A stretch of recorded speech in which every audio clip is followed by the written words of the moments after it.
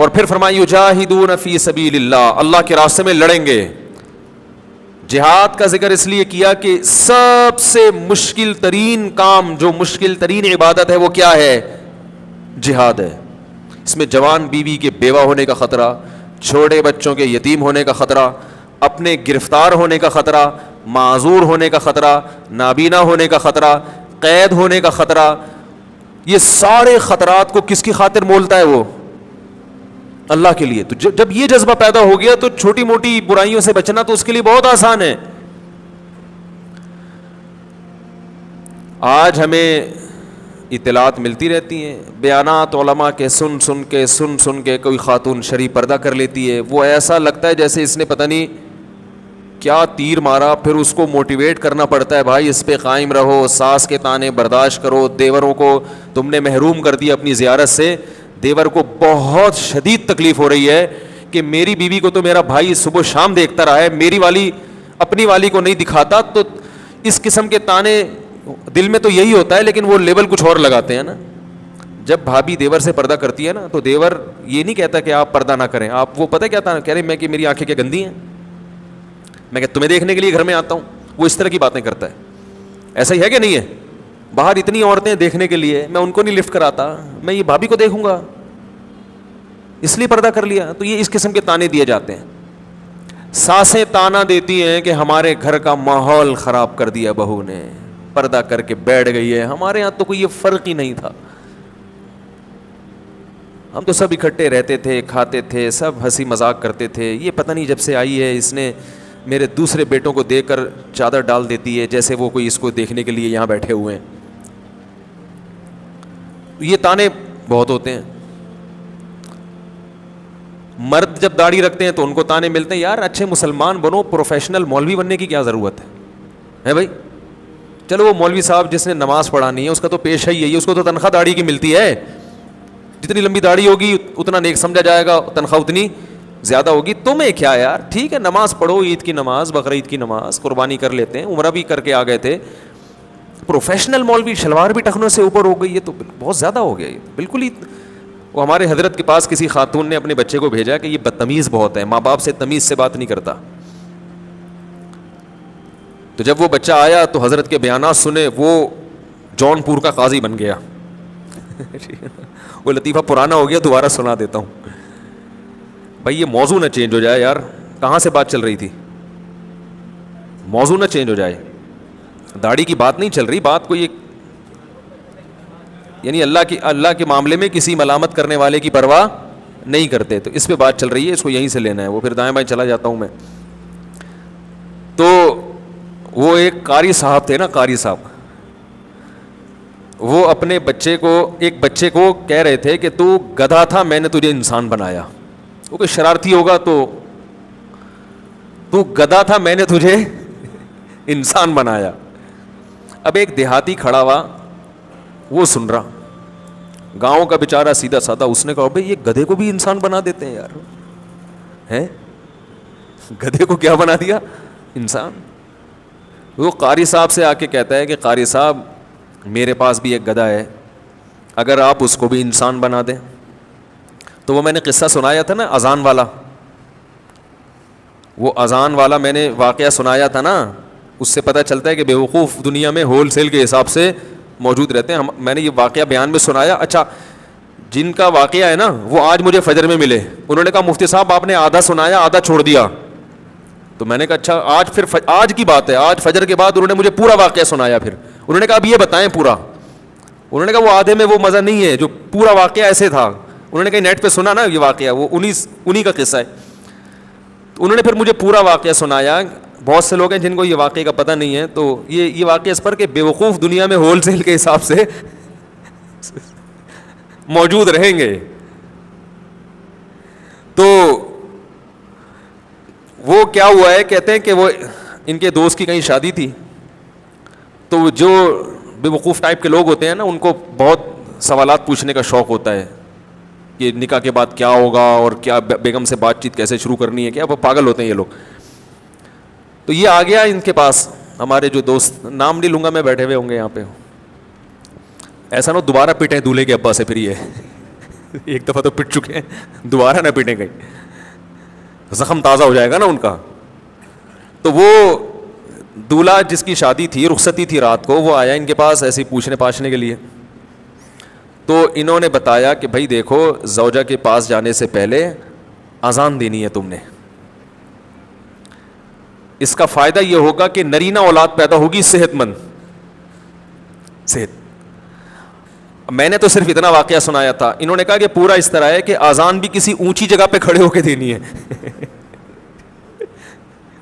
اذان کسی اونچی جگہ پہ کھڑے ہو کے دینی ہے, اور جب اذان شروع کر دو تو درمیان میں رکنا نہیں ہے. درمیان میں رک گئے معذور بچہ پیدا ہوگا. ٹھیک ہے نا. اب یہ جناب شروع ہو گیا, مذاق کیا تھا اس نے, مذاق کیا تھا, وہ سیریس ہو گیا. اب وہ دلہن بیٹھی بھی ہے, یہ ڈریسنگ ٹیبل پہ چڑھ گئے نا, اس سے زیادہ اونچی جگہ ان کو نظر نہیں آ رہی تھی. تو شکر ہے الماری پہ نہیں چڑھا. الماری پہ سے نہیں چڑھا کہ بھائی جب چڑھ جاتا الماری پہ تو کھڑے ہونے کی جگہ نہیں تھی. وہ بیوی کہتی کسی بندر سے میری شادی ہو گئی ہے. وہ ایک آدمی گیا نا نفسیاتی ڈاکٹر کے پاس کہ مجھے وہم ہو گیا کہ میں بندر تو نہیں ہوں. تو ڈاکٹر نے بولا پنکھے سے اترو گے تو میں علاج کروں گا نا اپنا, پنکھے سے تو نیچے اترو. تو ڈریسنگ ٹیبل پہ کھڑے ہو کر انہوں نے اذان کہنا شروع کی. اب وہ دلہن پاگل ہو گئی, چیخنے لگی یہ کیا کر رہا ہے بھائی, پاگل تو نہیں ہے, اور جا کے نا دروازہ بجا رہی ہے. تو یہ اذان کے دوران اس کو کہہ رہے حی علی الفلاح, اس کو اشارہ کر کہ نہیں کرو, اذان بھی چل رہی ہے, حی علی الصلاح حی علی الفلاح, اور اشارہ کر رہے کہ نہ نہ نہ. وہ دروازہ کھولا, دولہا کے ابا نے, دلہن کہہ رہی اس کو دیکھو کیا ہو گیا, یہ کون ہے, پاگل ہے. بھاگ گئی, وہ ظاہر ہے بھاگنا ہی تھا اس نے, گھر چلی گئی, تو نفسیاتی پاگل ہے. تو وہ صاحب مجھے سنا رہے تھے کہ صبح دولہے کے ابا آئے, انہوں نے پہلے دولہے سے تفتیش کی نا کیا ڈرامہ ہے بھائی, تو اس نے بتایا وہ فلاں صاحب نے. تو کہہ رہے صبح آتے ہی انہوں نے گریبان سے پکڑا, بات چیت شروع کرنے سے پہلے مکے لگانا شروع کر دی. کہہ رہے میں پوچھ رہا ہوں مسئلہ کیا ہے. انہوں نے کہا یہ میرے بیٹے کو تو نے کیا سکھایا. کہتے ہیں میں نے کہا اس میں خود سینس نہیں ہے کہ جو سکھا دے آپ سیکھ لو گے کیا, کیا خیال ہے بھائی. یعنی کوئی بھی کچھ بھی کہہ دے تو آپ اس پہ عمل شروع کر دو گے, اس میں اتنی عقل نہیں ہے, تو مکے تو اس کے لگاؤ جا کے. تو وہی ہے کہ وہ قاری صاحب کے پاس آیا, کہنے لگا کہ یہ میرا گدھا ہے, اس کو آپ کیا بنا دیں, انسان. آپ نے تو اس گدھے کو انسان بنایا نا. وہ قاری صاحب کہہ رہے تھے نا یہ بچے کو کہ تو گدھا تھا میں نے انسان بنایا. تو وہ دیہاتی اپنا گدھا لے کر آ گیا, کہنے لگا اس کو بھی کیا بنا دیں, انسان بنا دیں. اب قاری صاحب کو اندازہ ہو گیا کہ یہ کھیلنے کا بہترین موقع مل گیا مجھے, اس سے کھیلتے ہیں تھوڑا سا. قاری صاحب نے کہا بھائی چھوڑ جاؤ اس کو, انسان والا مسالہ کچھ دن لگا کے رکھنا پڑے گا, ایک دم سے تھوڑی بن جائے گا. تو جب کچھ دن مسالہ لگے گا تو انشاءاللہ یہ انسان بن جائے گا. وہ قاری صاحب چھوڑ کے چلے گئے. کہاں بننا تھا اس نے انسان. کچھ دن کے بعد قاری صاحب آئے, بھائی وہ کیا ہوا. انہوں نے کہا یار وہ غلطی سے مسالہ زیادہ لگ گیا ہے, وہ نارمل انسان نہیں بلکہ اعلیٰ درجے کا انسان, یعنی عام انسانوں سے ذرا اونچے درجے کا انسان بن گیا ہے, اور وہ جون پور کا جج بن گیا ہے. مسالہ زیادہ لگ گیا تو ظاہر اثر زیادہ ہوگا. تو وہ جو جون پور کا جج ہے نا, وہ اصل میں تمہارا گدھا ہے جو جج بنا ہوا بیٹھا ہوا ہے وہاں پہ, وہ مسالہ زیادہ لگ گیا بس. تو یہ صاحب وہاں پہنچے دیہاتی, پہلے تو جج کو اشارہ کیا تو جج کو غصہ آیا, تو پھر گھاس لے کے اس کو دکھا رہے, پھر ہوش ہوش کر رہا ہے. تو جج نے بلایا کیا مسئلہ, کہہ رہے زیادہ شو مارنے کی کوشش نہیں کر, ہے تو گدھا ہی نا, وہ تو مسالہ زیادہ لگ گیا, تو کیا بن گیا, تو قاضی بن گیا جون پور کا. تو ہمارے حضرت بھی فرمایا کرتے تھے کہ جو بچہ زیادہ دیندار بن جاتا ہے نا, تو لوگ کہتے ہیں کہ مولانا صاحب ہم نے یہ بچہ آپ کے پاس بھیجا تھا ایک سیدھا سادہ مسلمان بنانے کے لیے, آپ نے مسالہ زیادہ لگا کے اس کو جون پور کا قاضی بنا دیا. تو ایک والدین نے اپنا بچہ لا کے چھوڑا حضرت کے پاس کا, اس کو بیانات کریں, وہ جو آپ کی مجلس میں بیٹھا کرے گا تو یہ نیک بن جائے گا, تو ہماری فرما برداری کرنے لگے گا, ہمارے سامنے زبان نہیں چلائے گا. اب بچے پہ بڑا اثر ہوا حضرت کے بیانات کا, اہل اللہ کی صحبت کا بڑا اثر ہوتا ہے. وہ بچہ واقعی نیک بن گیا, اور اتنا نیک بن گیا کہ اس نے داڑھی بھی رکھ لی, اور ازار بھی اس کا ٹخنوں سے اوپر ہو گیا, اور اس نے کہا یہ حلال ہے, یہ حرام ہے, یہ نہیں کھانا, یہ بینک کی جاب غلط ہے, فلانا غلط ہے, ٹی وی نہیں, میں ڈرامے فلمیں نہیں دیکھوں گا. اور والدین کا بھی فرما بردار بن گیا, بھائی ماں کے سامنے تو اف کرنے کی اجازت نہیں ہے.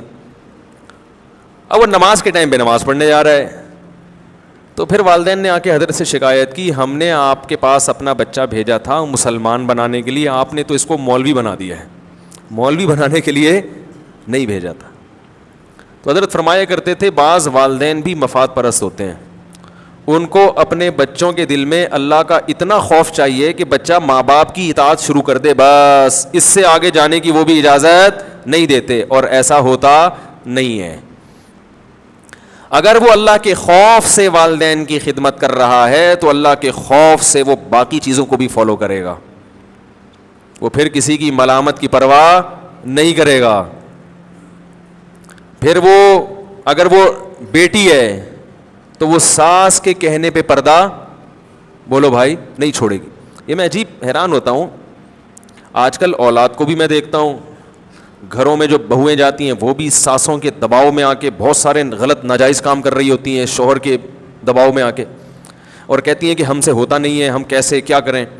لیکن جب ان کا اپنا کوئی کام اٹکا ہوا ہو نا, یہ اپنی کوئی سوچ ہو, جاب کرنی ہے بہو نے اور ساس منع کر رہی ہے, وہ لفٹ نہیں کرائے گی ساس کو, سمجھ رہے, بہو کو اچھی جاب مل گئی اور ساس نے کہا جاب نہیں کرنی ہے. ویسے تو ایسی ساسیں مارکیٹ سے شارٹ ہیں, وہ کہتی کماؤ کماؤ کھلاؤ کھلاؤ, ان کو اس سے کوئی غرض نہیں ہے کہ بہو گھر میں رہے, بچوں کی تربیت کرے. ہر آدمی کا جو ہدف ہے اس وقت پیسہ ہے, پیسہ.